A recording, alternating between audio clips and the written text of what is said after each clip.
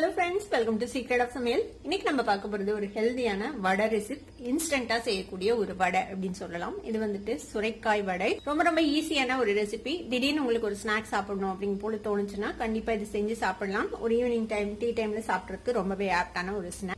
வீடியோக்குள்ள போறதுக்கு முன்னாடி நீங்க என்னோட சேனலுக்கு இப்பதான் முதல் முறையா வந்திருக்கீங்கன்னா இந்த வீடியோ கீழே இருக்கிற சப்ஸ்கிரைப் பட்டனை மறக்காம பிரஸ் பண்ணிக்கோங்க. பக்கத்துல இருக்க நோட்டிபிகேஷன் பெல்லையும் மறக்காம கிளிக் பண்ணிக்கோங்க. அப்பதான் ஃபியூச்சர் நோட்டிபிகேஷன்ஸ் உங்களுக்கு உடனே வந்து சேரும். சரி, வாங்க இப்ப டிலே பண்ணாம இந்த ஹெல்தியான சுரைக்காய் வடை எப்படி செய்யலாம்னு பார்க்கலாம்.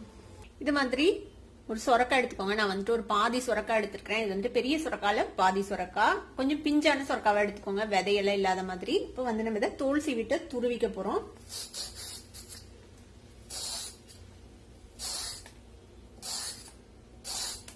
இந்த மாதிரி தோலை வந்துட்டு ஸ்கிராப் பண்ணி எடுத்துடுங்க. இப்போ இது மாதிரி தோலை சீவிட்டு இந்த டிப்பை வந்துட்டு நம்ம கட் பண்ணிடலாம், காம்பு பகுதியை. இப்போ இதை வந்துட்டு நம்ம இந்த மாதிரி கேரட் துருவியில நம்ம துருவிக்க போறோம்.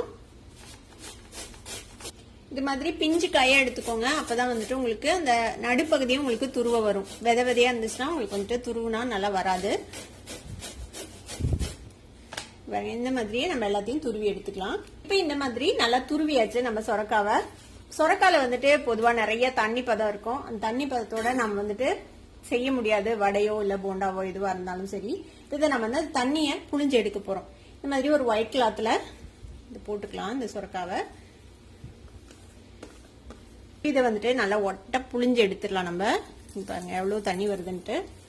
நிறைய தண்ணி பதம் இருக்கும். இந்த தண்ணியை வந்து நம்ம வேஸ்ட் பண்ண வேண்டாம். இந்த தண்ணியை நீங்க வந்துட்டு குடிக்கலாம். லைட்டா பிளாக் சால்ட், உப்பு, சீரகத்தூள் எல்லாம் போட்டு கொஞ்சமா எலுமிச்சம்பழம் புளிஞ்சு குடிக்கலாம், நல்லா இருக்கும். இல்ல சப்பாத்தி மாவு எதுனா பிணைறீங்கன்னா அதுல போட்டு பிணையலாம். ஏதோ ரசம் வைக்கிறீங்கன்னா அதுல கூட நீங்க வந்துட்டு தண்ணிக்கு பதிலாக இந்த தண்ணி விட்டு நீங்க செய்யலாம், அதுக்குமே நல்லா இருக்கும். இப்ப நம்ம புளிஞ்சு எடுத்த இந்த சொரக்காய் துருவலை இதுல போட்டுக்கலாம் ஒரு பாத்திரத்துல.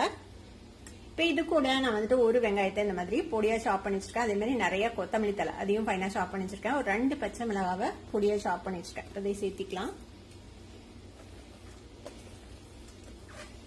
இது கூட ஒரு 1/2 டீஸ்பூன் இஞ்சி பூண்டு விழுது சேர்த்திக்கோங்க. 3/4 டீஸ்பூன் அளவுக்கு வரமிளகாய் பொடி, ஒரு 1/4 டீஸ்பூன் கரம் மசாலா பொடி, ஒரு 1/2 டீஸ்பூன் சோம்பு தூள் அதையும் சேர்த்திக்கலாம். இதுக்கு தேவையான அளவுக்கு உப்பு சேர்த்திக்கலாம். ஒரு 1/4 கப் அளவுக்கு ரவை, இது வந்துட்டு ஒரு கிறிஸ்பினஸ் கொடுக்கும், அதுக்காக ரவை சேர்த்திக்கலாம். கூடவே ஒரு 1/2 கப் அளவுக்கு கடலை மாவு எடுத்து வச்சிருக்கேன். இது வந்துட்டு இவ்வளவுதான் அவ்வளவுதான் அளவு கிடையாது. உங்களுக்கு அந்த ஒரு மாதிரி அந்த தட்டுறக்கு வசதியா வர அளவுக்கு நம்ம கடலை மாவு போட்டு இதுல பணிஞ்சுக்க போறோம்.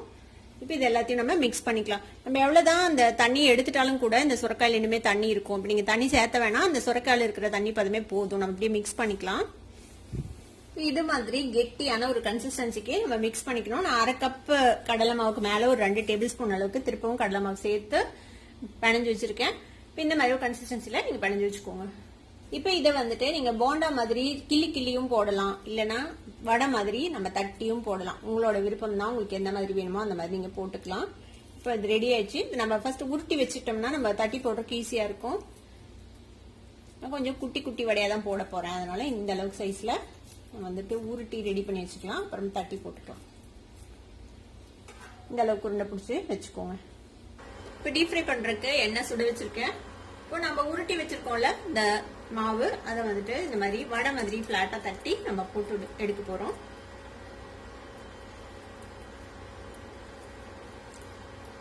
ரொம்ப மொத்தமா போடாதீங்க. மொத்தமா போட்டீங்கன்னா என்ன ஆகும்னா உள்ளுக்குள்ள வந்து கொஞ்சம் மாவா இருக்கிற மாதிரி இருக்கும். கொஞ்சம் இந்த மாதிரி சனவா போட்டுக்கோங்க. நம்ம எண்ணெயில டிராப் பண்ணிடலாம்.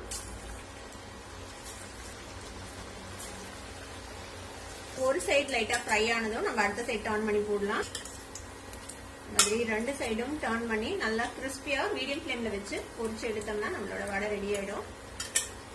கொஞ்சம் பொறுமையா தான் சுடணும், அப்பதான் வந்துட்டு உங்களுக்கு உள்ள வரைக்கும் நல்லா வேகும். ரொம்ப ஹை ஃப்ளேம்ல வச்சீங்கன்னா தீஞ்சு போன மாதிரி ஆயிரும் மேல, அப்புறம் உள்ளுக்குள்ள வந்துட்டு வேகாம இருக்கும். பாருங்க நல்லா செவந்துருச்சு நம்மளோட வடை. இப்படி எடுத்துடலாம். இந்த மாதிரி பொறுமையா மீடியம் ஃப்ளேம்ல வச்சு நல்லா கிறிஸ்பியா ஃப்ரை ஆகிற வரைக்கும் ஃப்ரை பண்ணிடுங்க. கொஞ்சம் நல்லா செவக்கணும், அப்பதான் வந்துட்டு உங்களுக்கு நல்லா இருக்கும். நல்லா எண்ணெயை ட்ரெயின் பண்ணிட்டு நிறைய ஒரு டிஷ்யூ பேப்பர்ல வச்சிடலாம். நம்மளோட சூப்பரான ஈஸியான சுரைக்காய் வடை, ஹெல்தியான வடை ரெடி ஆயிடுச்சு. இந்த சொரக்காய் வடைக்கு தொட்டு சாப்பிடறதுக்கு எதுவுமே தேவையில்லை. அதுவே வந்துட்டு நல்ல ஒரு மசாலா பிளேவரோட சூப்பரா தான் இருக்கும். தேவைப்பட்டா நீங்க வந்துட்டு டொமேட்டோ சாஸ் இல்ல சில்லி சாஸ் எது கூட வேணா நீங்க வச்சு சாப்பிடலாம். நீங்களும் ட்ரை பண்ணி பாருங்க. ட்ரை பண்ணி பார்த்துட்டு எப்படி இருந்தது அப்படின்னு கமெண்ட்ஸ்ல ஃபீட்பேக் கொடுங்க. இந்த வீடியோ உங்களுக்கு பிடிச்சிருந்ததுன்னா சப்ஸ்கிரைப் பண்ணுங்க, பக்கத்துல இருக்க பெல் ஐகானை கிளிக் பண்ணுங்க. அப்பதான் என்னோட ஃபியூச்சர் நோட்டிபிகேஷன்ஸ் உங்களுக்கு உடனே வந்து சேரும். லைக் பண்ணுங்க, ஷேர் பண்ணுங்க. தேங்க்யூ ஃபார் வாட்சிங் வீடியோ வியூவர்ஸ். Bye by.